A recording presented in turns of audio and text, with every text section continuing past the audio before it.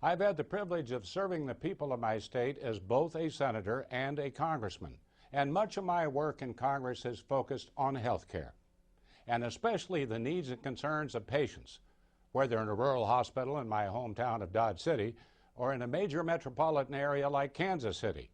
And no matter where I go, patients tell me they are very worried that the new health care law, Obamacare, will cost more, hurt their quality of care, and keep them from seeing the doctor that they know and trust. Now, as you know, Republicans fought against holding the health care debate behind closed doors. We fought against the parliamentary gimmicks used to pass the bill, against the wishes of the majority of Kansans and Americans. Now, as we all return to work after our Independence Day celebrations, we learn President Obama, again, has gone behind closed doors to appoint a health care czar without public debate. President Obama gave a recess appointment, avoiding a public hearing and a vote in the Senate, to Dr. Donald Berwick, making him the administrator for the Centers for Medicare and Medicaid Services. It is ironic that the president chose Independence Day for this action, avoiding the Senate's constitutional check on executive power to appoint Dr. Berwick.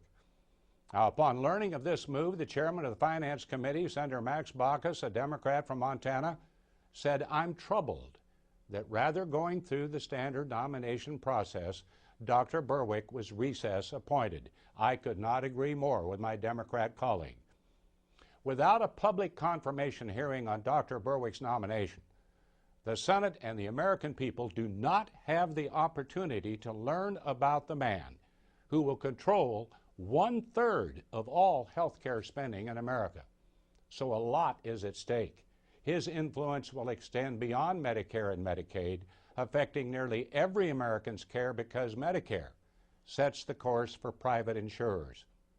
As part of the new health care law, Dr. Berwick will have to cut $500 billion from Medicare, obviously limiting seniors' choices. Now, as a result of the recess appointment, Dr. Berwick will take office through the back door without any formal public vetting as prescribed by the Constitution. Now, this flies in the face of what was promised to be the most transparent administration in our nation's history. So what do we know about how Dr. Berwick will administer your health care? Let's look at his own statements. He said any health care funding plan must redistribute wealth from the richer among us to the poorer and less fortunate. Well, the obvious fear is that Dr. Berwick will in fact use this position to redistribute the wealth in our country, cementing Obamacare as a giant but stealthy income transfer machine. Dr. Berwick has spoken very favorably about the British National Health Service, calling it not just a national treasure, but a global treasure as well. Unfortunately, the British system rations care to contain costs. The following disturbing statement of Dr. Berwick speaks for itself. Most people who have serious pain do not need advanced methods. They just need the morphine and counseling that has been around for centuries. Now, is this the person we want making health care decisions for us? For our parents, our grandparents, our children, grandchildren? Dr. Berwick has proposed similar rationing ideas for the American health care system, saying the decision is not whether or not we will ration care.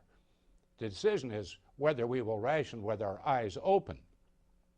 Clearly, the president's plan is to have Dr. Berwick's use of rationing to cut that $500 billion from Medicare. Americans will not know how much saving a life is worth until Dr. Berwick is calling the shots. There should be a public forum where he must address who should make medical decisions, your doctor, the patient, the family, or the government. We urge the president to reconsider his recess appointment of Dr. Berwick and encourage the Finance Committee to at least hold a public hearing now. The president's health care plan, the most sweeping overhaul of health care in our lifetime, cannot be implemented behind closed doors. This is a warning. Your health care and the care of your loved ones now hangs in the balance. Americans deserve answers.